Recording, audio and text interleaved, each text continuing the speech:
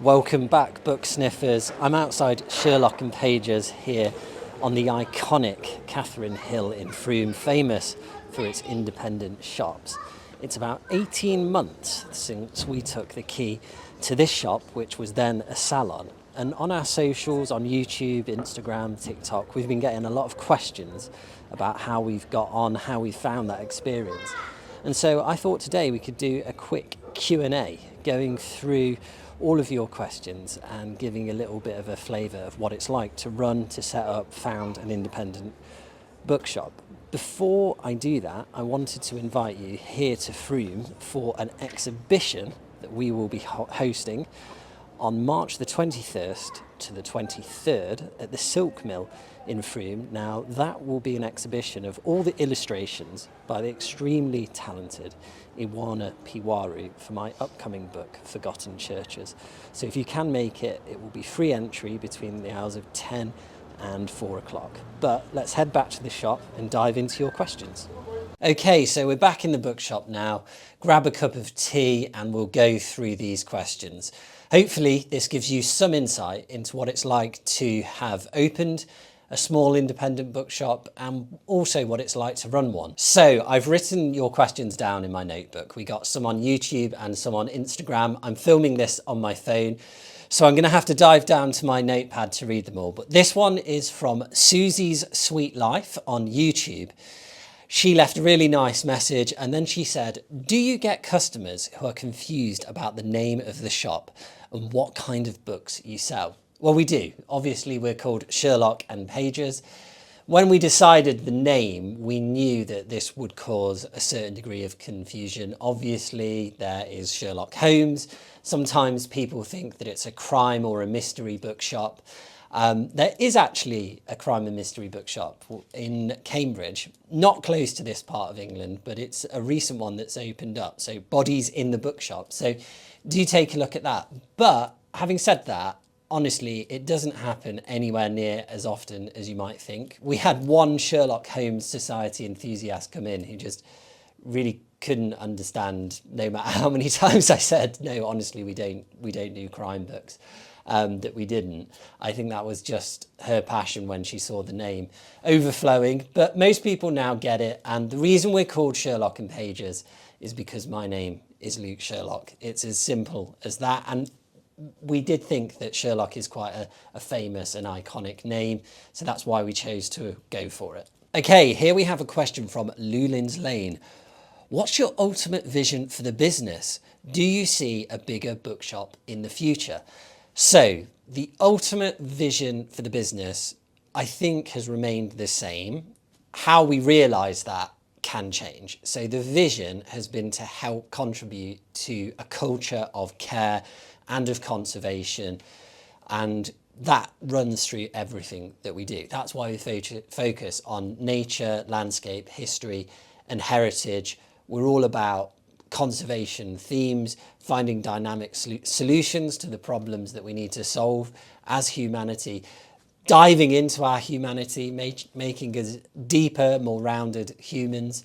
So that was kind of that's always been the vision for the business. How we realise that obviously can be met in a number of ways. I think this endeavour here is something that is really important to us, the editorial side, as we call it, of Sherlock and Pages, where we're able to share the experience of running the bookshop, but also to talk about the books that we love and that we're surrounded by. And I'm really excited because we're going to be getting a YouTube studio soon. Also, this is going to act as an office so that we can be much more efficient in how we're doing book reviews, how we are processing information and getting it out to you. So that is part of the vision. If I did have one vision for Sherlock and Pages, however, it would be to have a large, rambling, soulful, characterful bookshop. There is a bookshop in Derbyshire called Scarthin Books in a small village called Cromford. It's incongruously large for its location, but its legendary character draws in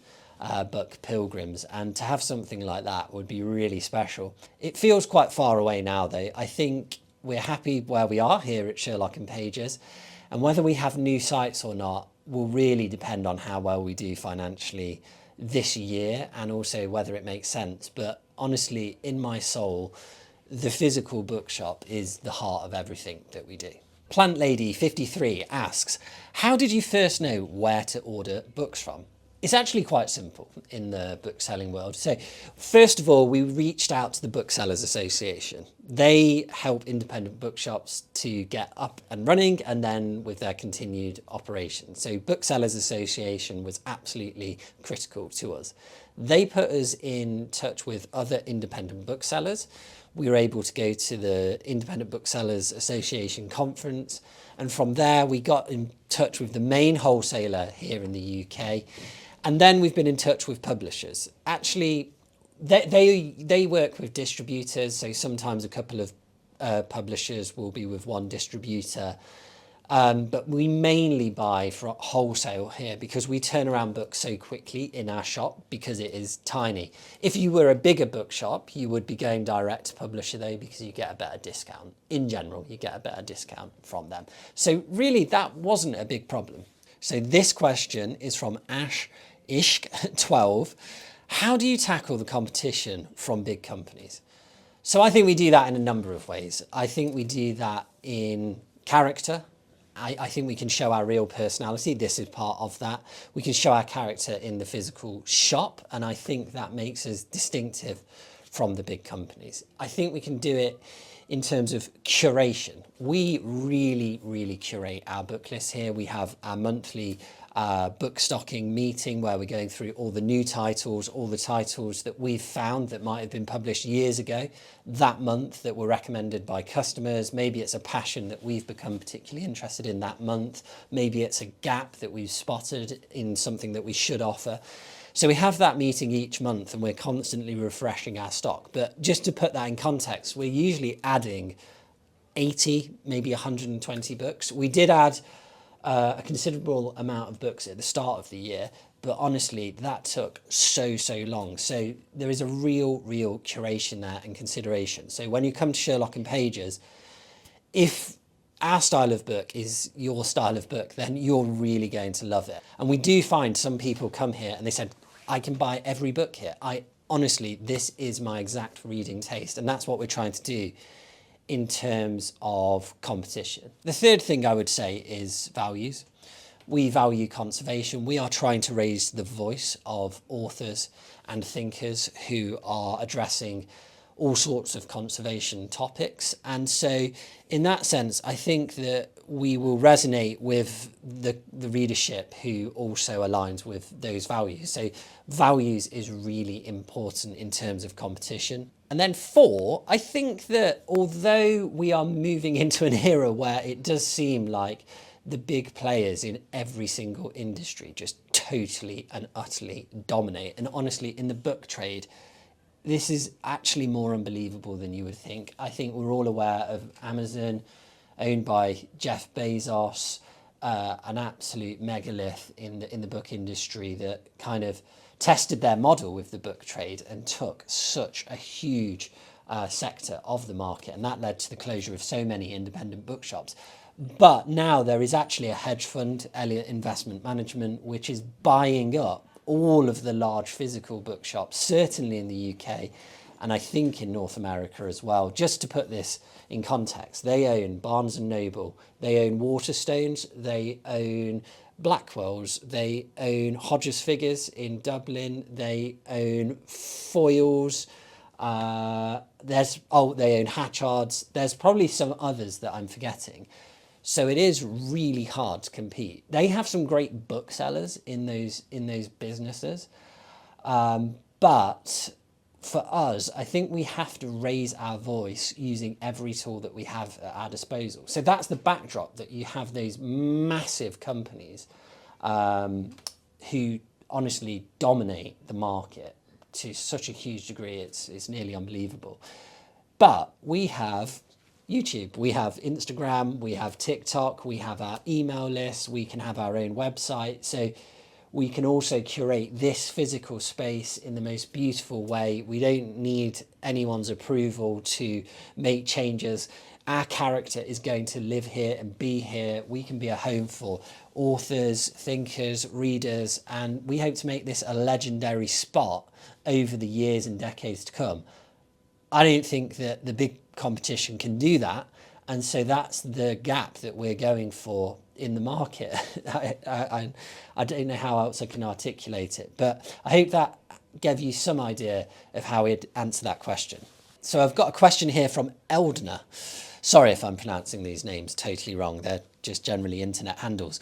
Is tourism essential for the bookstore, or is the local community bookish enough? We live in a very bookish area.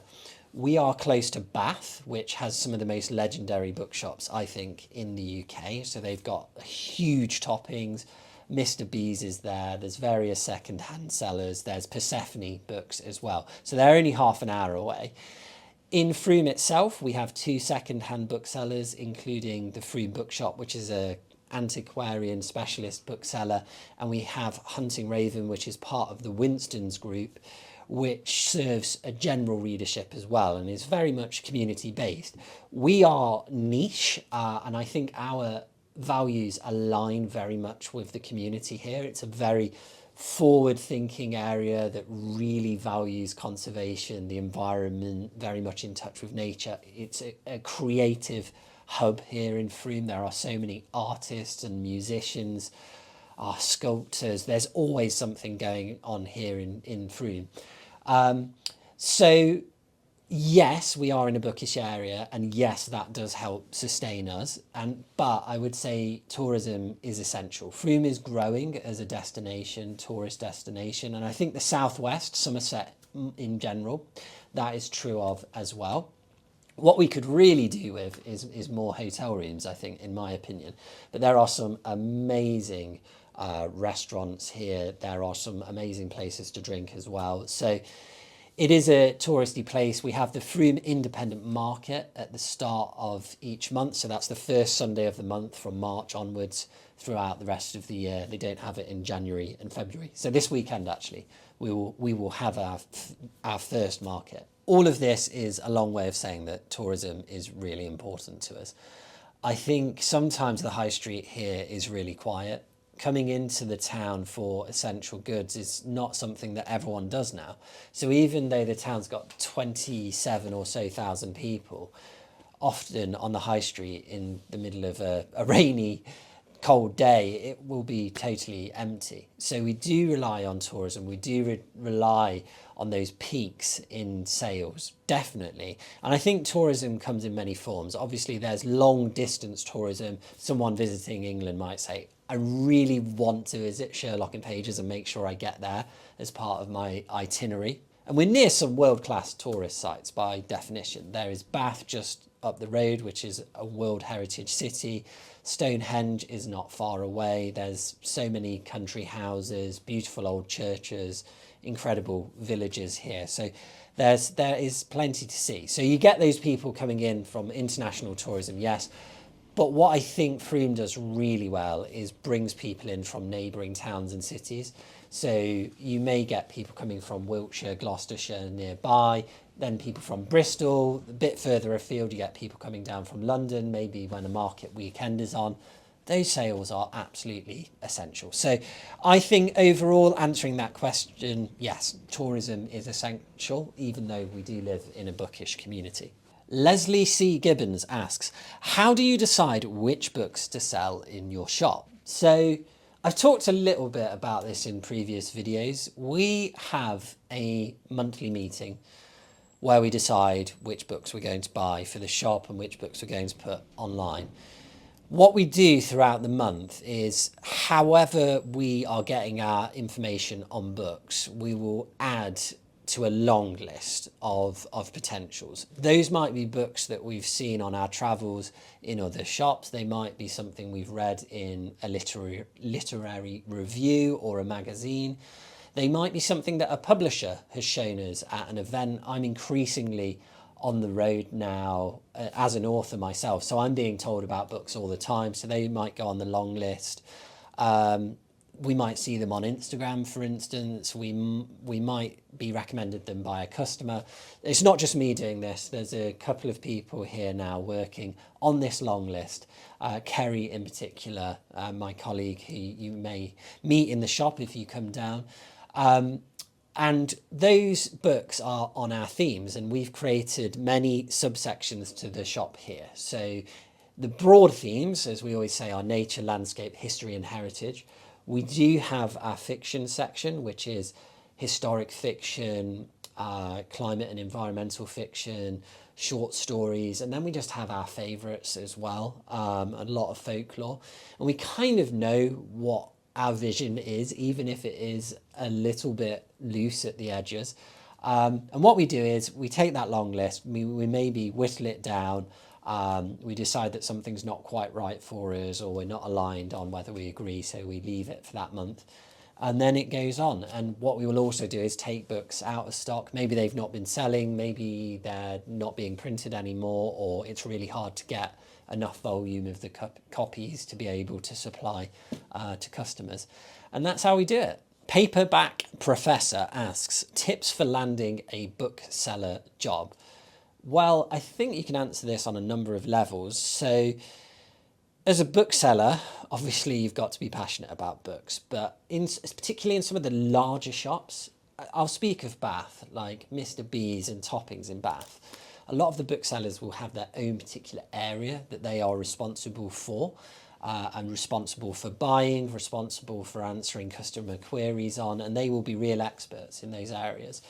So I would say have your area, and maybe you want to get specialised in trends that you see coming, that maybe big booksellers are looking for, or small ones. Nature writing, for instance, I think in the last 5 years has grown exponentially in the amount of interest in that segment, and there probably aren't as many well-established booksellers who are specialists in that area. But maybe that's not your passion. Always follow your passion. My colleague Kerry was the first bookseller that I employed, and I would just see her come alive when she was handling books. She couldn't resist buying them. She was a great customer here at Sherlock Pages before we employed her. And it was a no-brainer for me because that passion just came across. So I think, genuine, authentic passion, expertise, I think those are all really important. Then I would say have a go-getter spirit. Don't just leave your CV. Do follow up in an emotionally intelligent way. Of course, show your presence by writing blogs, trying to speak about books, maybe online, on social media, if that's what you want to do. All of these could be recommendations, but if you're passionate about books, I'm sure you'll find your way. Woodland Chick has asked 3 questions. The first one is the physical shop worth the cost? Would you just do one online? The physical shop is everything to me. So I've always wanted to own a bookshop. I think either in the back or the front of my mind. It's all about that experience, having a physical hub, building something hopefully that can last decades into the future. That is the dream. So I definitely wouldn't just do an online bookshop because I would have very little interest or passion in doing that. The physical bookshop does make money. It is augmented by the online shop, and we hope that we can bring the experience of the physical shop and the hub that we're building here in Frome to you, and that you can support us from further afield. But honestly, the shop is the core, the beating heart of Sherlock and Pages. So without it, I don't really think there is a Sherlock and Pages. The second question was, how many name options did you start with, and how did you settle on Sherlock and Pages? So we already discussed the name a little bit earlier on. I don't think we had that many name options. I started the business with my partner, Agat Cavicchioli. We couldn't afford a signwriter to write her surname. So we decided that we would stick with Pages. Sherlock and Pages, we would keep it very simple. Sherlock, my surname, Pages for the books. It just felt right. It sounded right. It had a really good ring to it. So yeah, it was quite simple. The third question was, how long did it take to go from dream to reality? So if you go back to the start of this YouTube channel, you will see some of that journey, and it was quite quick. We talked dreamily about owning a bookshop on holiday in the middle of June 2023. We got back and we saw one of our dream shops was to let. It was then a salon. We got the keys for it a little over a month later, maybe 6 weeks later. Then it was evenings, early mornings, eventually late nights, just working all the time whilst I still had a full-time job. Agat still does have a full-time job. And yeah, was just really trying very hard to get this done. And we eventually opened on the first few days of November 2023. So yeah, 4 or 5 months really. The Caring Bookshop has asked, how many customers do you have on an average day? The average day in Frome is so variable. Days like this week are really quiet. We're at the end of the month when people haven't been paid in February. It's been raining most of the week, although it's quite nice today. And so then we don't see many people. It could even be, 20 people come into the shop and not all of those are buyers. That's the absolute worst. Then we have market Sundays, so the Frome Independent Market, when the whole town turns into a market. And honestly, it's like a football match has just emptied out here. I don't know how many customers we have those days, but certainly in the high hundreds of people will make their way through this really small shop.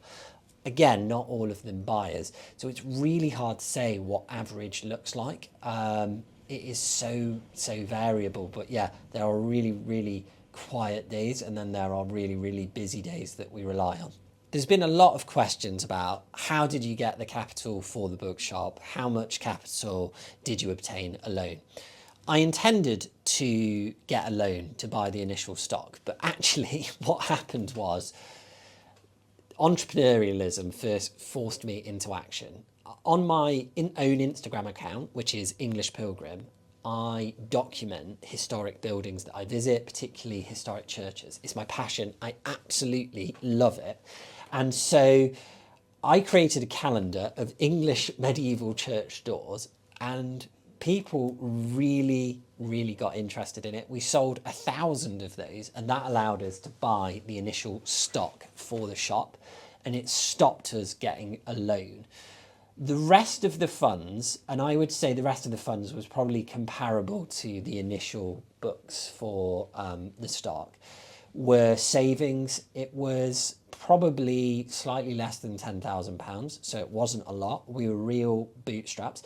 I know that that's an incredibly large amount of money to a lot of people, by the way, but in terms of starting a business, it's not a huge amount. Money goes really quickly, especially when you're refurbishing a whole shop. We did as much as we could ourselves, and we really, really pushed it to reduce budget. But when we started, we were lucky because we opened in November and December. That allowed us to kind of fill our coffers back up, and we knew we were going to make it through the next couple of months after that. But last year was really touch and go. But yeah, that's how we did it. Really, the English Church Doors calendar came through for us and was a real lifesaver. So thank you to everyone who bought that. And so we started Sherlock Pages off with a little miracle, to be honest. So I have a question here. What do you know now that you'd have done or not done when starting? This is really, really boring, but honestly, the answer is I would have got across our accounts much quicker. Getting across your accounts is not just filing them, it's having projections of how much money is going to be coming in and out. It will allow you to invest better, make wiser decisions, be much smarter.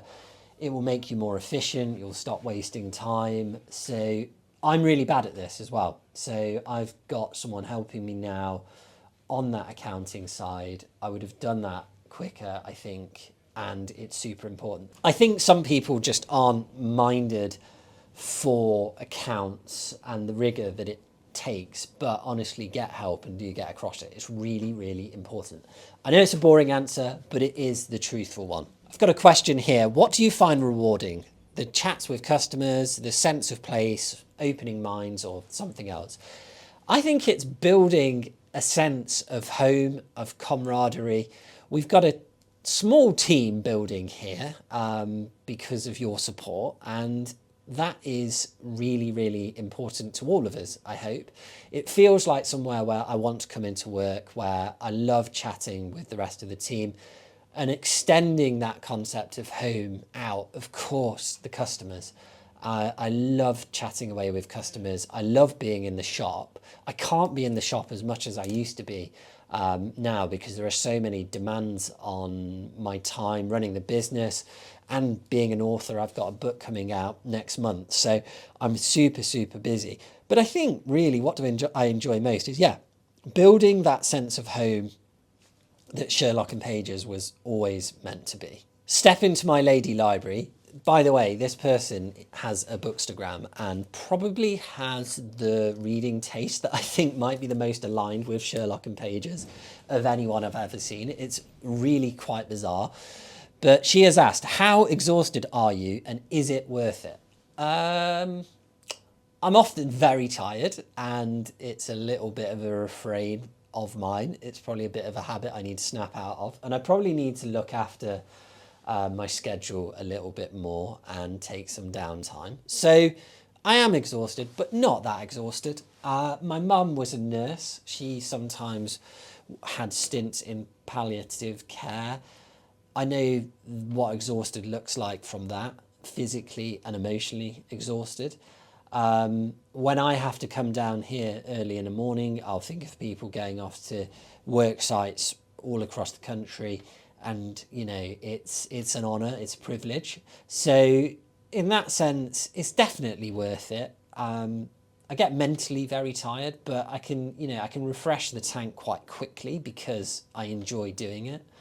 So it's definitely worth it. Having that ability to be world building through Sherlock and Pages in a way is such an honour, and hopefully I can throw my full passion into it and be worthy of the challenge. So yeah, I am tired at times, but definitely worth it. So my Yi Imi asks, how did you get started?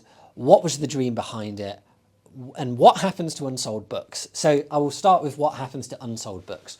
Unsold books, we have a certain cap each quarter, so every 3 months, that we can send back. And we do send back books, not all that often and not in such high volumes. I think as a bookseller, we probably send back a lot less books than other booksellers. You see those stacks of books in big bookshops, like they've got 50, and you think, wow, that must mean that book's really popular. I don't always think that's the case. I think a lot of those are going back. It's kind of the psychology of book selling. But we generally don't send that many back because we're so small. I think customers like all of our sections. They know what they're going to get here. And so in general, we'll just be sending back a kind of a small box each quarter. I think there will come a stage where we sort of have to have a book amnesty or maybe a book sale or something, because you do get ones that maybe get damaged, you can't return them, or they were on a deal where you weren't allowed to send it back or something. So probably we'll have a book sale at some point, but that's not been necessary so far. And then going back to those first questions, how did you get started? What was the dream behind it? I think I've talked a lot about this already, and I would just add to it, go check out the original videos. We got started though, not on a whim, but in a thunderbolt moment. Sylvia Townsend Warner writes about this in Lolly Willows, where you can make a decision just to flip your life around, and really went very hard on that. I honestly was working very well in my previous job, but then things unravelled quite quickly for me. I think I was totally burned out with it. I needed a fresh challenge. I had huge anxiety, really seriously, and I now have a lot more humility for anyone struggling with similar issues. And yeah, I made that decision in concert with my partner Agat, and we went for it. But there's a lot out there on that. Maybe I can talk about it more in a future video, but I feel like I've already covered quite a lot of that in this one. So Victoria Jovanovic asks, do you need a second job? So is it financially viable? Do you need a second job? I'm fortunate because I am an author, although my income from that is relatively small. So I would say it is financially viable, being a bookseller without the second job. However, I think the second job will come in really useful because it will take pressure off the business and allow us to invest a little bit. For example, we're having a new bookshelf put in just behind where the camera is. I'll probably get some B-roll shot and show you. That's going to allow us to have 300 more books in the physical shop. It doesn't sound like much, but for a small business, that type of investment is really, really important. And so if I can take off a bit of pressure from drawing a wage, then yeah, it's going to be really beneficial for us. So I think being a bookseller, you can earn an income, but obviously you're not going to be in it for the money, I would say. So yeah, hope that answers the question. Right, so I think that brings us to the end of all of your questions. There are probably some more come in. Sorry if I didn't get to them, but I had to cut it off at a certain point today and get in to answer your questions. Next week, we are going to be filming the week in a life of a bookseller because there's a lot happening. I mentioned we're having a new shelves put in here, so I'm going to hopefully show you that process and what they look like. I'm going to meet my new literary agent in London to discuss a forthcoming book, which is very exciting. I'm going to be partnering with the National Gallery. They have an exhibition on Siena, and there's a book that I really want to tell you about associated with that exhibition. So I will be in London a little bit. I want to show you the reality of running the bookshop. Currently, our plumbing is totally broke. We're going to be getting that fixed. I'll hope to show you some sites around Frome where I work when I'm not in the shop. I am always on the laptop or on the PC at home working away. So hopefully I'll show you some of that and what I've been up to as well. We are obviously preparing for the exhibition here in Frome. As a reminder, my new book, Forgotten Churches, was illustrated by someone called Iwana Piwaru. She is a genius, and we are going to be showcasing prints of all of her illustrations for the book here at the Frome Silk Mill from March the 21st until the 23rd. There will be no charge, but there will be a pop-up shop inside the exhibition, although the bookshop will also be open as well at the same time, so you can visit both and all of the other amazing independent businesses, shops, restaurants that Frome and the surrounding area has to offer. So yes, we look forward to welcoming as many of you down here to Frome as possible during those days, March the 21st to the 23rd. So that's a Friday, Saturday and a Sunday. And otherwise, please leave your comments on what you would like to see more of below. It has been fascinating, this YouTube journey for us. We did not expect to be anywhere near 10,000 followers, and we are so close to that at this time of recording. So do remember to click subscribe, share the channel. This is really giving us hope that we can reach that dream that we will only know if we've succeeded if we're still here in 20 or 30 years, of building a literary hub for the decades to come. So thank you for letting us dream. And as we say, long live the Hedgerows.